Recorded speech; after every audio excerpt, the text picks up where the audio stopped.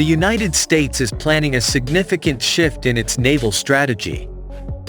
In the fiscal year 2025, the U.S. Navy intends to decommission 19 warships, including 10 vessels that have not yet reached their expected service lives, ESL. This decision has sparked widespread interest, particularly because some of the ships slated for decommissioning are still considered viable for active duty. Among these vessels are two well-known guided missile cruisers, USS Shiloh, CG-67, and USS Lake Erie, CG-70, both of which have been in service for over 30 years. While it might seem that these ships are being retired prematurely, a strategic shift is underway.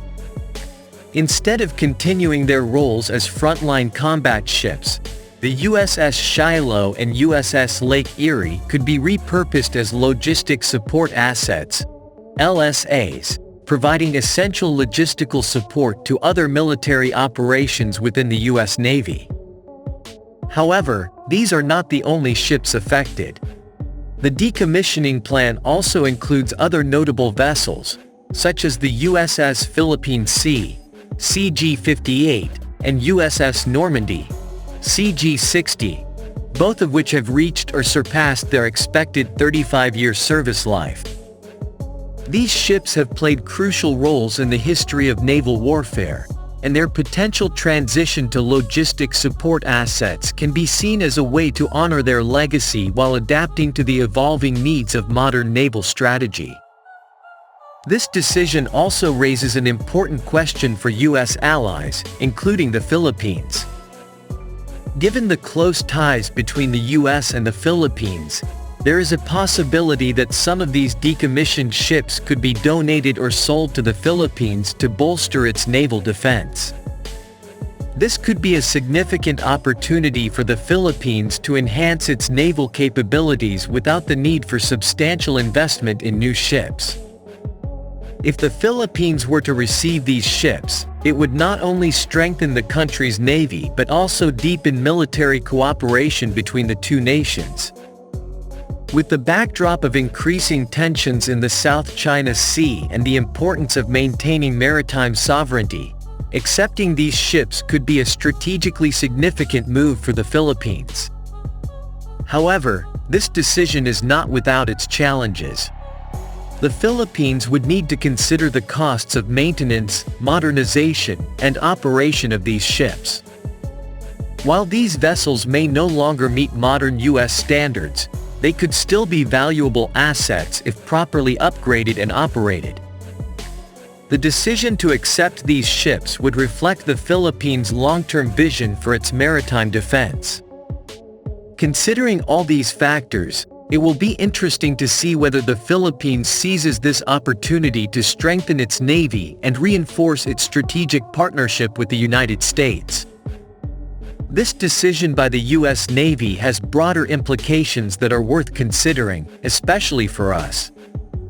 The move to repurpose rather than retire these ships reflects a shift towards more efficient resource management within the Navy. It shows a strategic mindset where every asset is evaluated for its potential contributions beyond its original mission.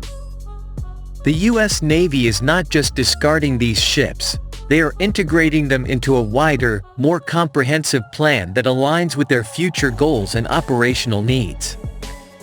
This brings up an interesting point. If the U.S. Navy is adopting this approach, why shouldn't we consider something similar for our own naval force? There is value in rethinking how we manage and utilize our resources, especially in a time when strategic flexibility and efficiency are more critical than ever. By exploring similar strategies, we could ensure that our naval assets continue to contribute effectively to our defense capabilities, even as they age.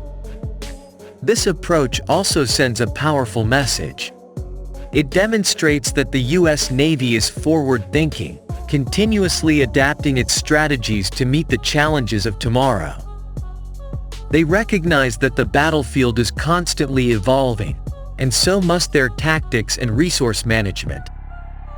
By repurposing these vessels, they are setting an example of how to maintain a robust and versatile naval force, one that is prepared to meet both current and future challenges head-on.